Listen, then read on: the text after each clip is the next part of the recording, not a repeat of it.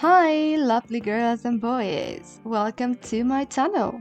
I am Laura, and today I'm back with an amazing idea. Let's make these beautiful earrings with jump rings. Yeah, you heard me right. Jump rings. Easy, cheap, and very pretty. Who gives the most?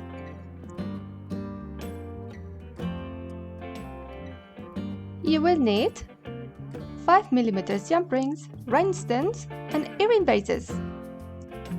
Get yourself a quantity of 5mm jump rings like this. Now cut about 2mm, no more.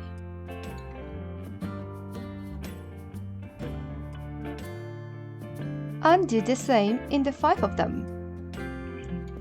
Now tighten the jump ring, just like this, to give it like a leaf shape. This is our tiny petal. Repeat the process in all the jump rings.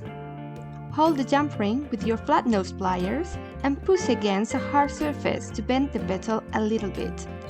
Be sure you make it over a resistant surface. Avoid tables because you will leave marks on it. Here you can see that soft curve we made. Stick all petals to a piece of tape to hold them in a flower shape.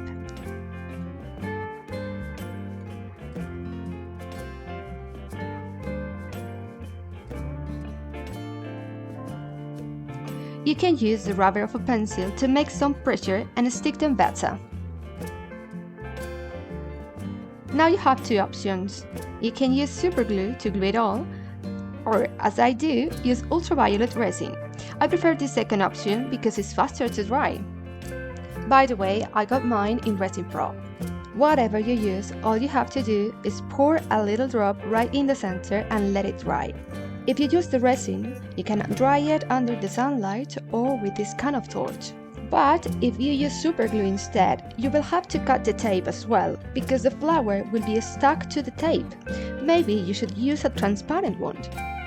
Once dried, you will get a solid flower like this. Pour another tiny drop of glue or resin and put a rhinestone over it. Now let it dry, or in the case you are using resin, make it dry. Resin just takes like 30 seconds to dry under the sunlight or under the ultraviolet torch light.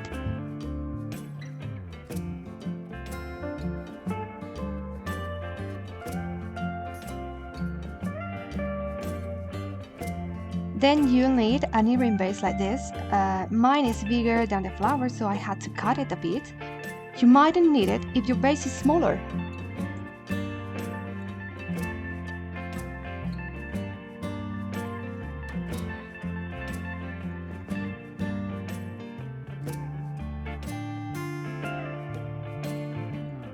If you have to cut it too, you will see that all edges are sharp. You will need to file all around the base.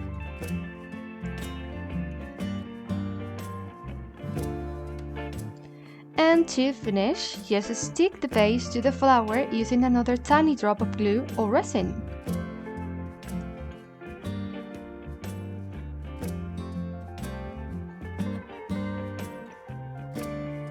And this is how it looks.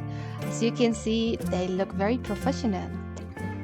And of course, I couldn't resist the idea of making different colors to show you other options.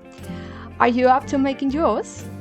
If you liked this video, please give me a thumbs up. It's free.